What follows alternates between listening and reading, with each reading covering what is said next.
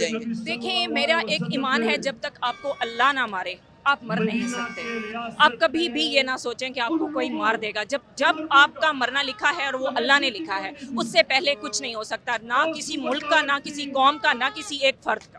اچھا, لوگ نکل رہے ہیں اور جشن آزادی کو منا رہے ہیں, ایک اچھی بات ہے, خوشی منانی چاہیے, لیکن پرسوں ہم نے دیکھا ہے ایک 10 ماہ کی بچی کو اپنی ماں سے الگ کیا گیا ہے, تو ہم کس آزادی کی بات کر رہے ہیں؟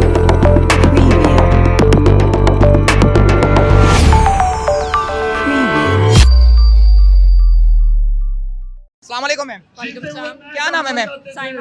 اچھا سائمہ, مجھے آپ یہ بتائیں, خان صاحب لاہور میں نکلے, جلسہ کر رہے ہیں, آپ لوگ یہاں پہ نکلے, مقصد کیا ہے؟ مقصد ہے ان کی کامیابی, ان کی جیت کے لیے نکلنا, لوگوں کو اویئر کروانا اور اپنی آنکھوں سے دیکھنا کہ کس طرح سے عوام جو ہے عمران خان کے ساتھ کھڑی ہے. تو یہ مقصد ہے, ان کی جیت تک, ان کی کامیابی تک ہم ان کے ساتھ ہیں.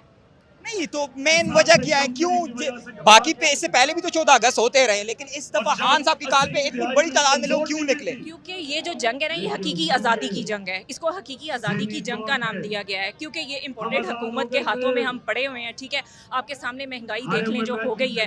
ٹھیک ہے, عمران خان کے دور میں مہنگائی ہوئی لیکن اتنی نہیں ہوئی. وہ جو ایک بندہ جو تھا قابل برداشت تھا.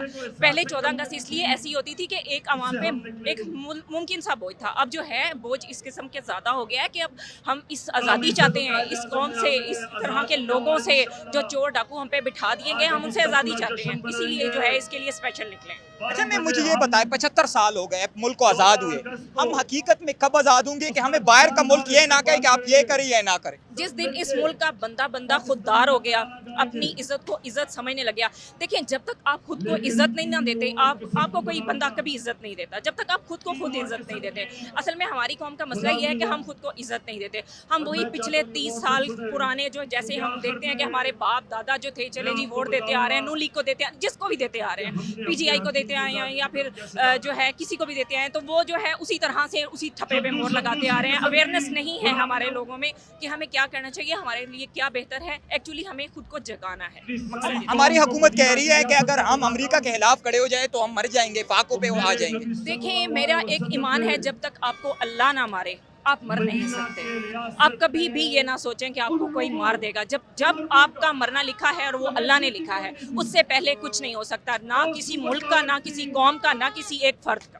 اچھا, لوگ نکل رہے ہیں اور جشن آزادی کو منا رہے ہیں, ایک اچھی بات ہے, خوشی منانی چاہیے, لیکن پرسوں ہم نے دیکھا ہے ایک 10 ماہ کی بچی کو اپنی ماں سے الگ کیا گیا ہے, تو ہم کس آزادی کی بات کر رہے ہیں؟ بات یہ ہے کہ یہ ہمارے ملک کا قانون ہے, ٹھیک ہے, جو کہ ایک امیر کے لیے اور ہے اور ایک غریب کے لیے اور ہے. میں پرسنلی اپنی بھی بات کروں تو میں جاؤں گی تو میرے لیے وہ قانون ایسا ہی ہوگا کہ میرا بھی 3 سال کا بیٹا ہے نا, اگر میرے پہ بھی کوئی وقت آتا ہے تو مجھے بھی ایسے ہی ڈالا جائے گا. جبکہ جو ہمارے بڑے لیڈرز ہیں ان کو نہیں کیا جاتا ایسے, جیسے وہ ڈرائیور کی بیوی کو اٹھایا گیا ہے, اسی طرح سے جو ہمارے پولیٹیشینس ہیں ان کے بھی گھر والوں کو اٹھا لیا جائے. پھر جیسے جو جس کا جیسے نواز شریف نہیں ہے تو ان کے فیملی میں سے کوئی لے جائیں, تو پھر تو حساب برابر. ایکچولی ہمارا یہ ہے کہ ہمارا قانون جو ہے وہ مساوات پہ نہیں ہے. ہمارے ملک میں اتنی ساری کمیاں ہیں کہ حضور صلی اللہ علیہ وسلم نے جو ہمیں بتایا ہے ہم اس پہ ہی عمل نہیں کر رہے, تو ہم کس طرح سے جو ہے وہ اپنے مفادات کے لیے لڑ سکتے ہیں؟ ہم نہیں لڑ سکتے. Thank you so much.